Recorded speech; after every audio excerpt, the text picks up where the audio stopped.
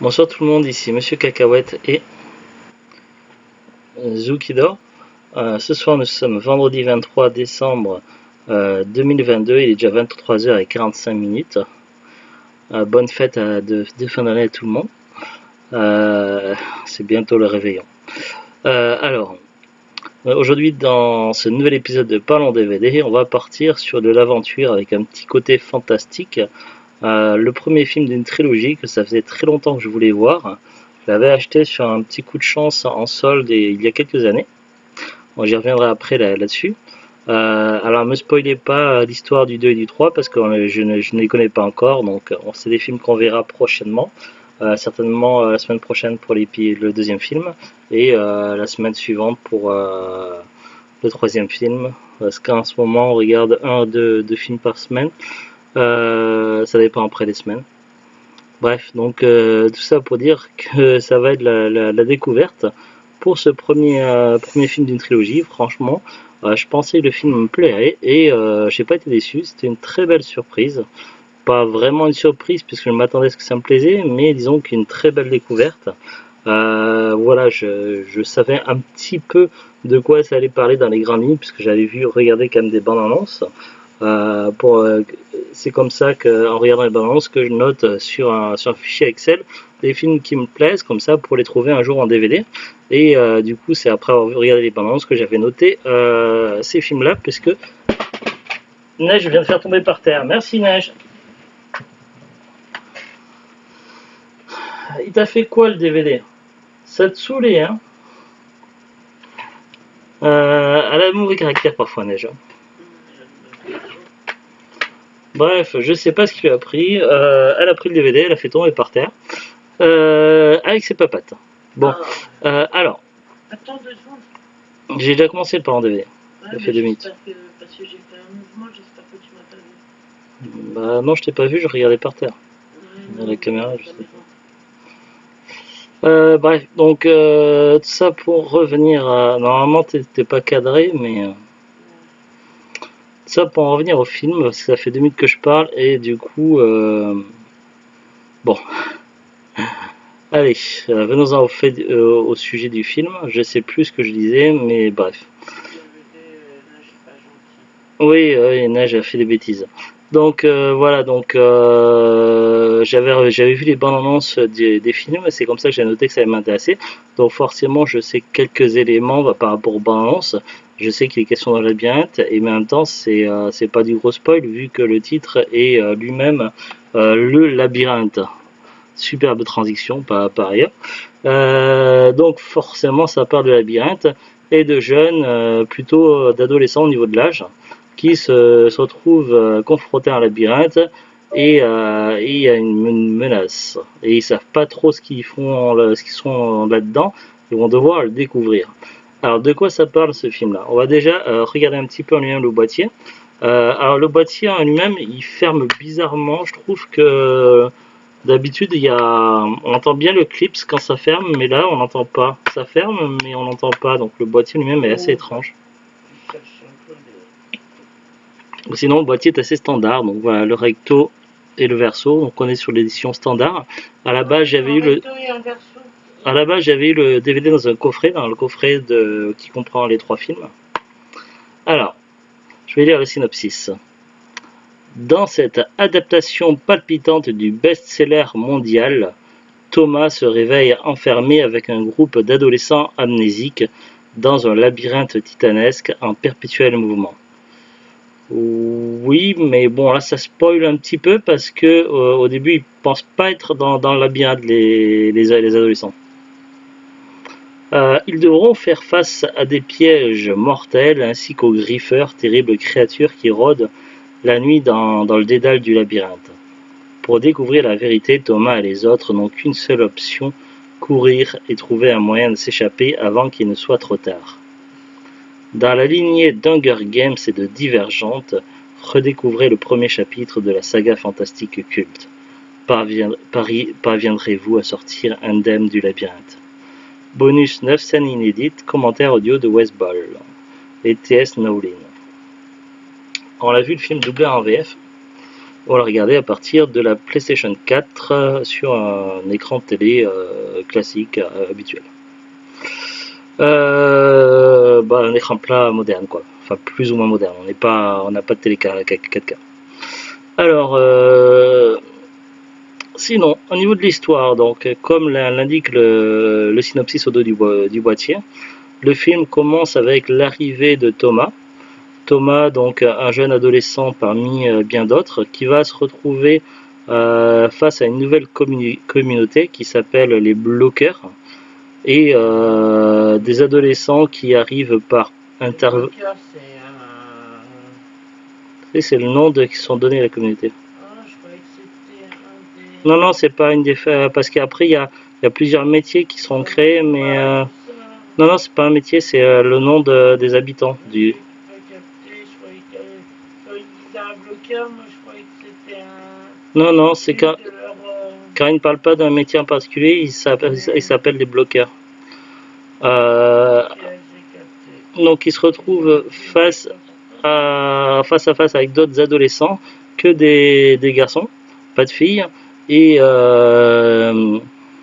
donc du coup il est un petit peu perdu et très curieux. Et il se demande ce qu'il fait là. Il est amnésique, il se souvient de presque rien si ce n'est de son prénom, et il a quelques souvenirs qui lui viennent en rêve ou en flashback. Enfin, c'est un peu confus.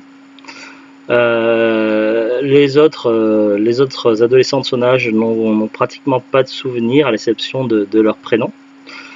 Ils sont organisés, donc ça fait 3 ans qu'ils sont là. Ils se sont organisés. Ils ont créé plusieurs factions. Ils ont des règles de façon à pouvoir continuer à vivre en harmonie entre eux. Il ne faut pas être oisif. Il faut participer et en fonction des compétences, ils sont dans un des divers corps de métier qui sont improvisés. Il y a des bâtisseurs, ceux qui construisent, il y a ceux qui courent, donc les coureurs, il y a ceux qui soignent, etc. Donc il y a plusieurs corps de métier. Thomas va devoir trouver quel est son rôle dans tout ça, sachant que ils sont dans une zone plus ou moins dégagée avec un petit côté marquageux, et il y a une seule entrée qui donne vers un labyrinthe, et là-dedans c'est un labyrinthe qui est en perpétuel mouvement. Seul un petit groupe ont en quelque sorte le droit d'y aller, puisque dans la communauté ils ont quand même c'est régi par des règles. Le labyrinthe est très dangereux, beaucoup d'adolescents en sont morts. Du coup c'est pour ça que seulement ceux qui sont expérimentés dans le labyrinthe, qui ont l'habitude d'y aller et qui ont été nommés, peuvent y aller. Ceux qui ont également des aptitudes pour courir vite, se déplacer et éviter les pièges. L'exploration du labyrinthe a lieu la journée, puisque la porte de l'entrée du labyrinthe se ferme la nuit. Sachant que il y a d'étranges créatures qui rôdent dans le labyrinthe, qu'ils appellent ça les rôdeurs, je crois. Non, pas les rôdeurs, les griffeurs. Ces créatures-là ont un venin très dangereux, et la piqûre peut avoir des conséquences très graves. Ces créatures sont terrifiantes et sont à la fois mécaniques et organiques, ce qui fait penser quelque peu d'une certaine façon aux créatures d'Horizon Zero Dawn, enfin par certains aspects seulement. Et du coup, Thomas va devoir trouver sa place là-dedans, et le problème c'est que son arrivée n'est pas le fruit du hasard, donc j'essaie de ne pas trop spoiler, mais disons que son arrivée va chambouler beaucoup de choses dans l'ordre établi des choses, et du coup il va se passer plein d'événements inhabituels et nouveaux, et les adolescents vont devoir faire face à l'imprévu et au danger que représente le labyrinthe autour d'eux. Voilà, pour ne pas trop spoiler.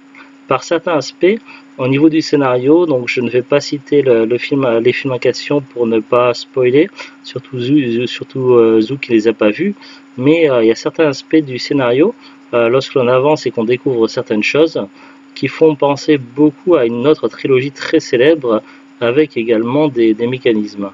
Donc il y a certains éléments qui m'y font penser, donc est-ce que c'est des références ou pas, ou un petit clin d'œil, est-ce que les romans sont arrivés avant ou après, je ne sais pas. En tout cas, c'est une très bonne surprise, j'ai beaucoup aimé.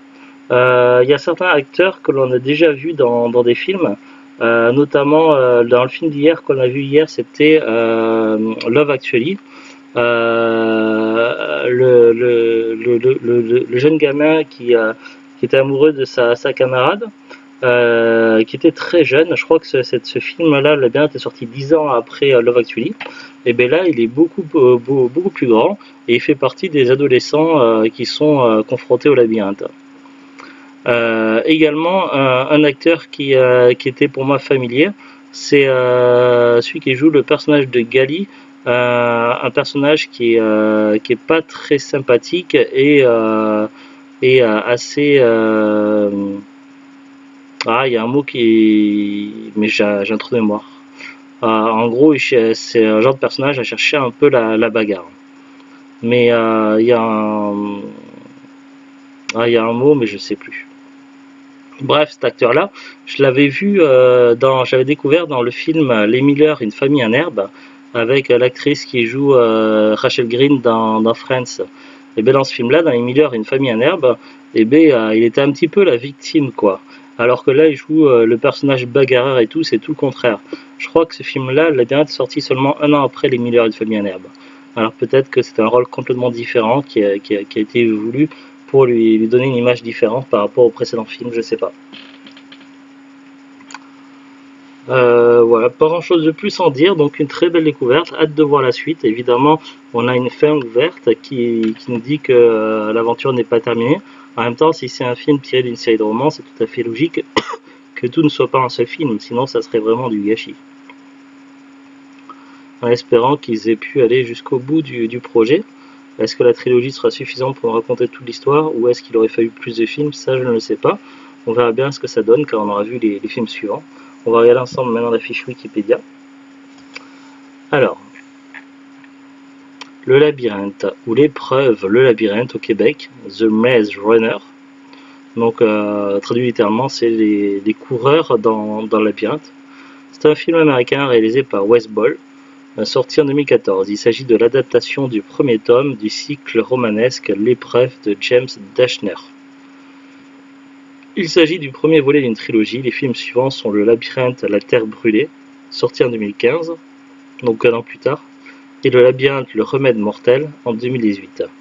Il a été produit par Ellen Goldsmith-Vine, Wick Godfrey, Marty Bowen et Lee Stallman grâce au scénario de Noah Oppenheim, Grant Pierce, Mayer et Thomas Scott Nolan.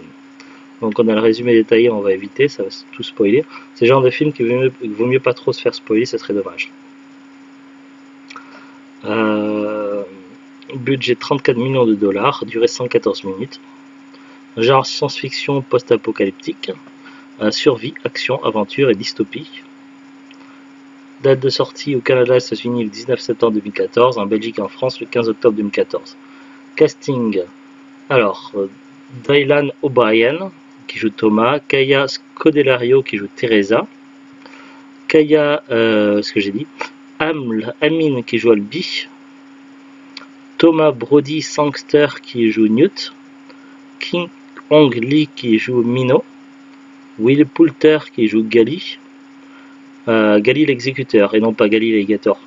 Voici Gali l'alligator. Bref, c'était une petite pub humoristique très marrant, j'aimais bien Gali l'alligator, mais ça n'a rien à voir.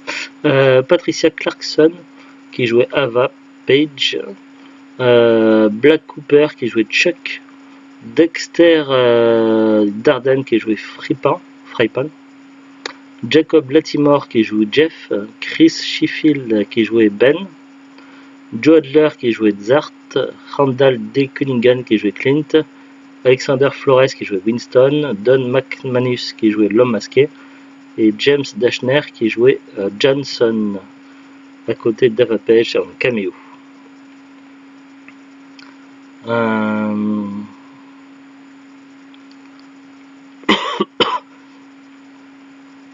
Il y avait un court métrage qui s'appelait Ruine, producteur, jeunesse développement, pas mal d'informations.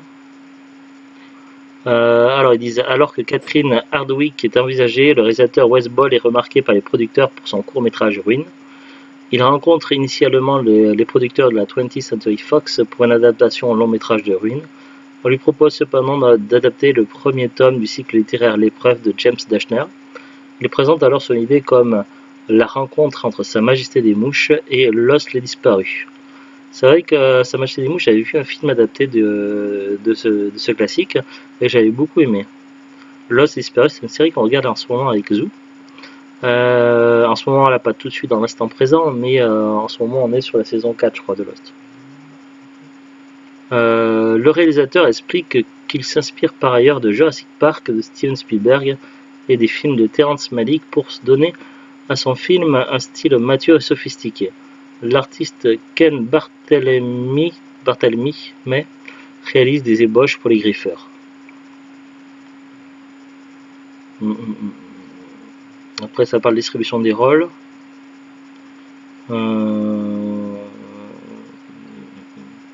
Tournage, ça a eu lieu en Louisiane. Il y avait des dresseurs de serpents pour sécuriser les lieux. Le film a bien été accueilli par la presse française avec 3,4 sur 5 pour 22 critiques sur Allociné. Sur l'Internet Movie Database, 6,8 sur 10. Rotten Tomatoes, 65%, 5,9 sur 10. Metacritic, 57 sur 100. Il y a des récompenses. Les MTV Movie Awards, Teen Choice Award, World Soundtrack Award. Il y a des différences avec le roman. Toute une liste de différences avec le roman, mais je vais peut-être pas les lire là, dans la vidéo, parce qu'à mon avis, ça va spoiler plein de trucs. On va en parler après avec Zou, si elle ne dort pas. Suite, après le succès du premier volet, une suite, Le Labyrinthe de la Terre Brûlée, a été rapidement signée. Cette suite est sortie un an plus tard, en 2015, ainsi que certains acteurs reprennent leurs rôles respectifs. Le troisième film était sorti en 2018. Nous, le DVD, on l'avait pas acheté tout seul, on l'avait acheté dans un coffret. C'était un film que je cherchais depuis un moment, mais il commençait à être pas toujours évident à trouver, du moins en individuel. Après, l'idéal c'est le coffret, mais il y avait certains coffrets qui n'étaient plus édités. Et au moment où je le cherchais, le coffret commençait à être compliqué à avoir. Il se trouve que pendant les fêtes de Noël, il y a très souvent, un mois avant ou un mois et demi avant, dans les hypermarchés, des coffrets de Noël, surtout à Cora, avec beaucoup de coffrets DVD, style Labyrinthe et autres. Et je crois que c'était il y a un an ou deux, le coffret de Labyrinthe était dans les coffrets présentés.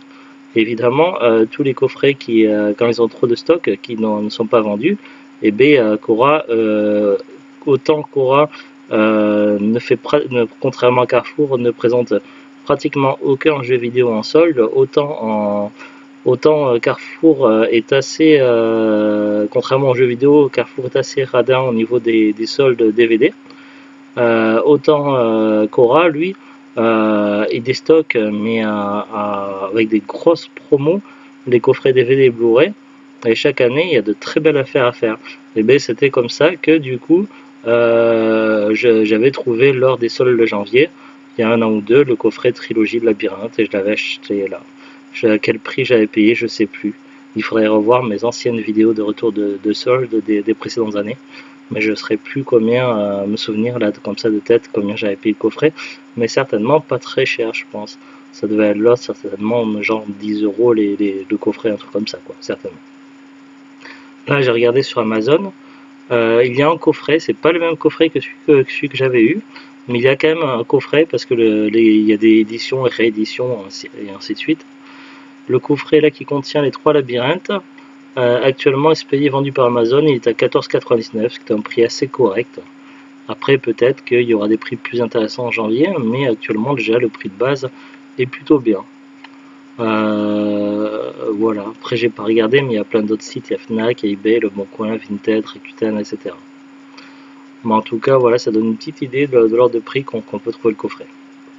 Pas grand chose de plus à en dire, je vous souhaite de bonnes fêtes tout le monde, et plutôt content de ce début de trilogie, donc j'espère que les autres, que les suites seront au même niveau, Labyrinthe 2 et 3. Allez, à très bientôt tout le monde, salut, au revoir.